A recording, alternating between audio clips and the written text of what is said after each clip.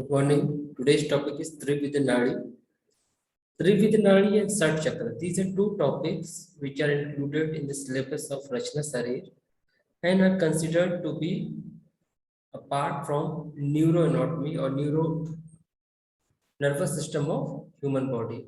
Though directly no references can be found in the Ayurveda Britrais, which is basically Susruta and Charak and Bhagavata.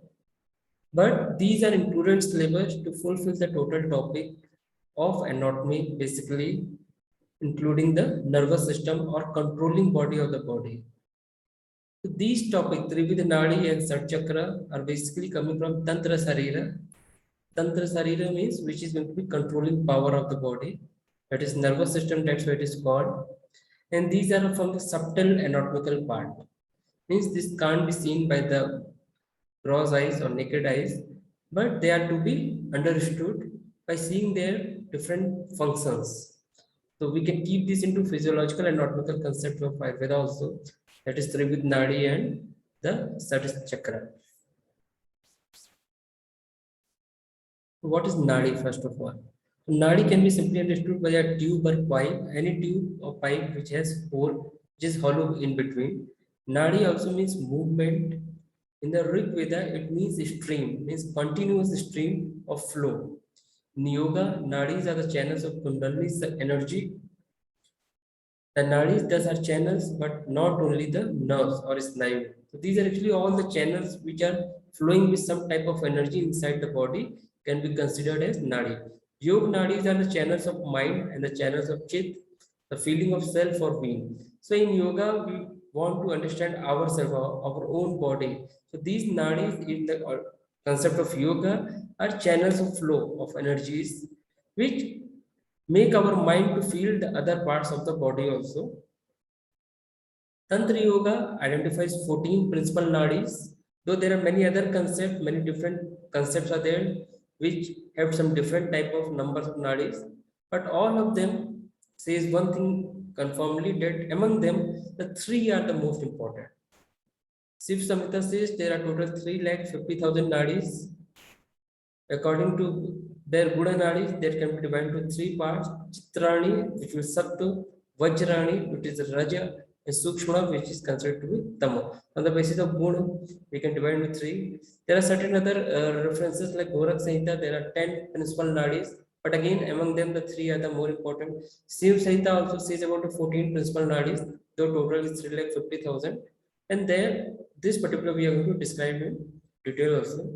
Some references can be also taken from Katha Upanishad, which says like this: 101 are the arteries of the heart. One of them leads to the crown of the head, and going upward through that one becomes immortal. So this is how you are going to constitute yourself in oneness. When you receive the oneness, when you achieve the oneness with God, oneness with your own body, you're going to become immortal or you're going to get moksha. So types of nadi in tantric yoga. So we are basically going to see about the Shiva Samhita. It describes about 14 types of nadis. There are certain names are given. Some places are identified on the basis of anatomical concept. Places of termination is where they are going to activate and what specifically karma they are going to do. There may be some other references, some other concepts also other than this. So this is not a confirmatory. It is just taken from for the help of a student to understand the anatomy behind these nadis. The first is Sukshma. It is center of the spine. Place of termination will be crown of fat and it will be Agni Sattva. Ida, it is left side of Sukshma. Termination point will be left nostril. It is Chandra, or if you can consider it in the river form, which is Ganga. Pingala, right side of Sushumna, right nostril, it is Suri, Raja, or Yamuna. Then there are Hasti Jiva in front of Ida, right eye, that is for Darsana. Pusa, behind the Pingala, it is right ear for hearing. Yasaswani, before Pingala, between Gandhari and Saraswati, left ear and left big toe. Ambulusa, bifurcate at the mouth and the arms. Kuhu in front of Sushmana and Lingadesa, that's evacuation. Then Sankhani between Gandhari and Saraswati, genital organs. Gandhari between Ida, left eye. Saraswati between behind the Sushumna, that is tongue, control speech and help in digestion. Payaswini between Alamusa and Kuhur, that is right big toe. Varuni between Yasaswini and Sirodhar flows the body. Sivadhari between Yusa and Yasaswini, it absorbs food. So the main thing what you have to remember here is just the names, because all the anatomical references or whatever is given here, it is just correlated from some other books to give you a little bit idea about the nervous system of the body. So here you can see these 14 nadis, which are according to Shiva Samhita, and their location, which is in relation to each other only. Out of these, Susumna, Pingala, Ida, Saraswati, Virginie, and Chitra are more important because they are directly linked with some of the plexuses. In regard to Kundalini Yoga, there are three main nadis, Ida, Pingala, and Susumna. So now we are going to describe these three in little bit detail. So this is the diagram which can make you understand the location of these nadis, which goes in between the vertebral column in the spine or spinal cord, can be considered Susumna nadi. On the right side, Pingala, on the left side, Ida. The sympathetic and parasympathetic system may be considered to be correlated like this. It's again, I'm saying it's not 100% confirmatory. So, talking about one of each, the Susumna is located at the level of Nasika, and left to it is Ida, and right to it is Pingala. So, they are interrelated. Susumna Nadi connects the base chakra to crown chakra. It is very important in yoga and tantra in general. In Raj Yoga or Patanjali Yoga, when mind is calm through yam, niyam, asana, and pranayam, then the next step, pratyahar, begins. And the person, when reaches to this state of mind, is never complaining of anything, or there is no dispersion of ideas from the mind. So this is characterized by the movement which are observed in Susumna. There were certain jerk-like movement in the central canal in the septal body. So this, the one has to feel from inside, nothing from outside you can see. These movements indicate the flow of prana through the central canal, and the process the samudra makes a way for the ascent of Kundalini.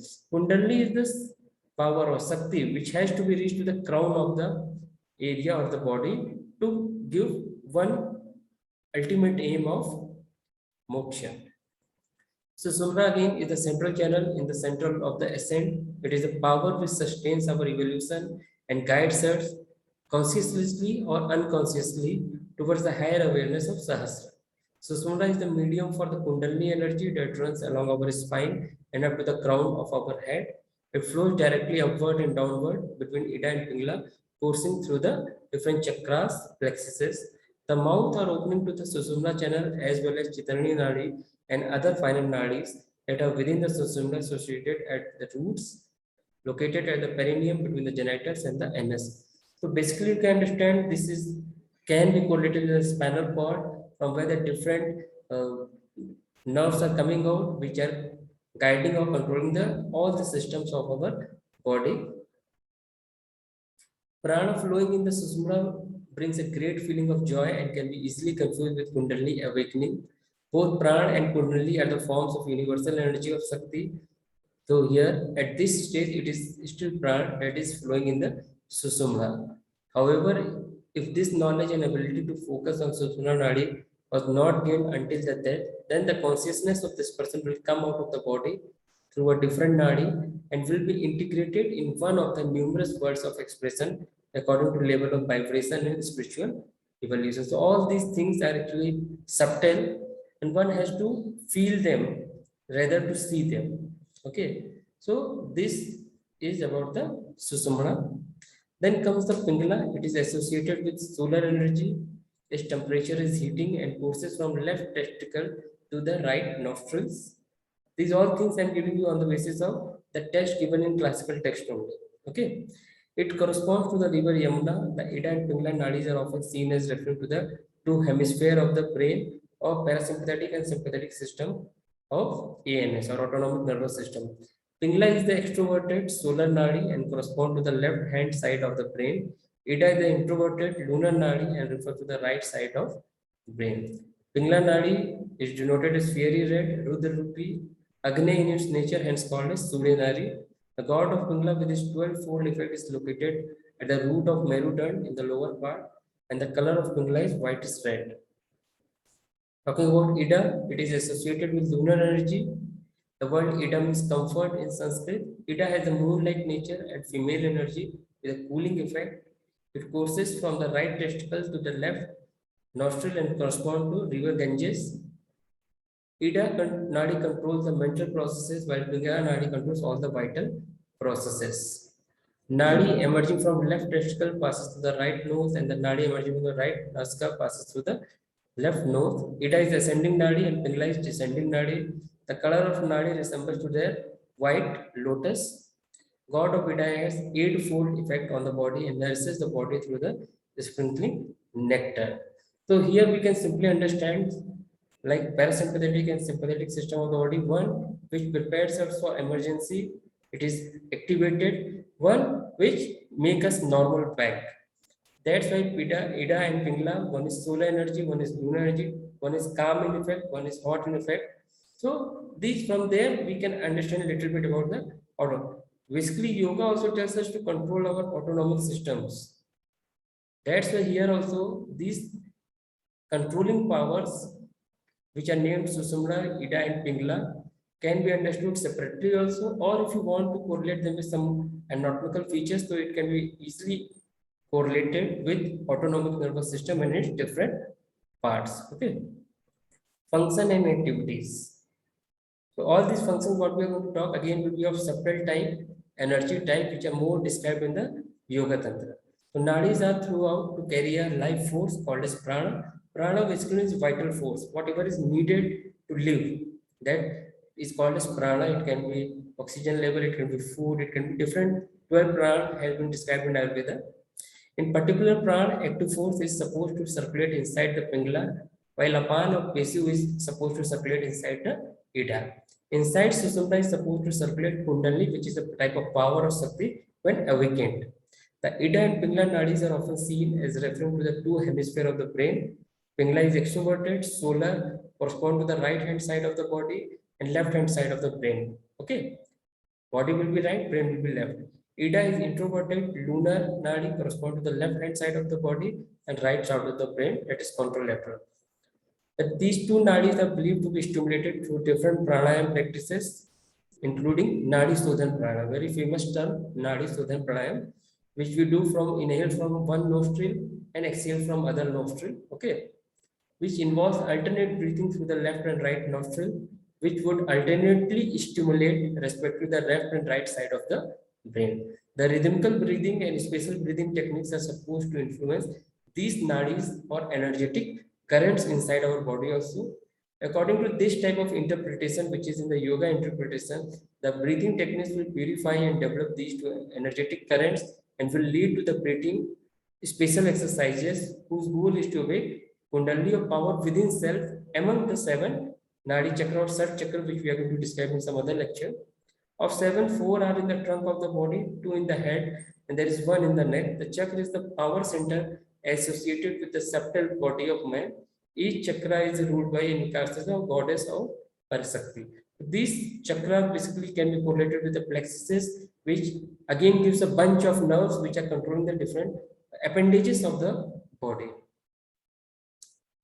This is some diagrammatic representation taken from the book of Chakras, where you can see the different nadis. They have given or correlated some nerves with some specifically associated areas. So what is importance of nadi in yoga? Yoga practice can only go far until you develop a good understanding of pranic system of nadis and chakra. It is basically these two channels which we want to control, because these are itself controlling channels of the body.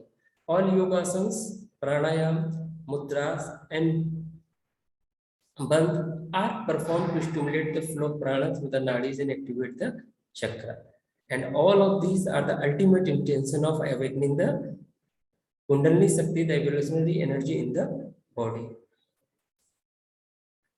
How nadis are related to chakra? So as Sushumna, which is between the vertebral column, just like spinal cord flows inside the central canal of spinal cord, Ida Pingala simultaneously flow on the outer surface of spinal cord, still within the bony vertebral column.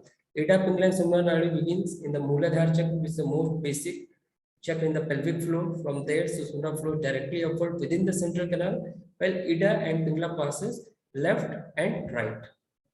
At Swadhisthana, which is second number of chakra from Mooladhara, or sacral plexus, the three nadis come together again, and Ida and Pingala cross over one another, and Ida passes to the right side and Pingala to the left side, but Sushumna again continues towards the upside.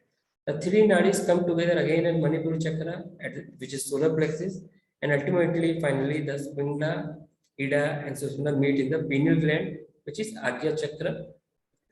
So this is how they are again related to chakras, plexuses, and nerve. That's why we can simply understand, or we can take a hint that these particular nadis, whatever we have talked, are actually the controlling system of our involuntary system of our body, that is autonomous system. So what can be the concluded or takeaway message? Nadi in the yoga text describe the channels in the body through which the prana flows, energy flows. 10 types of pranas are described in the explained yoga. This prana act as a motor force controlling the involuntary action of the organism. There are 72 nadis explained in yoga. In that, 14 are important as per Shiva Samhita. Among them also, the three are the more important, Ida, Pingala, and Sushumna. Majority of the scholars believe these channels as a part of sensation which the yogi experiences during the yoga procedure. Besides, the Nadi chakra also connected with the activity of prana during yogic exercise. So there is close connection between the chakra and Nadi concept. So that's all from this topic. The topic is to be understood in very much detail. It will take time. For the purpose of our exam purpose, this much is more than enough. Okay.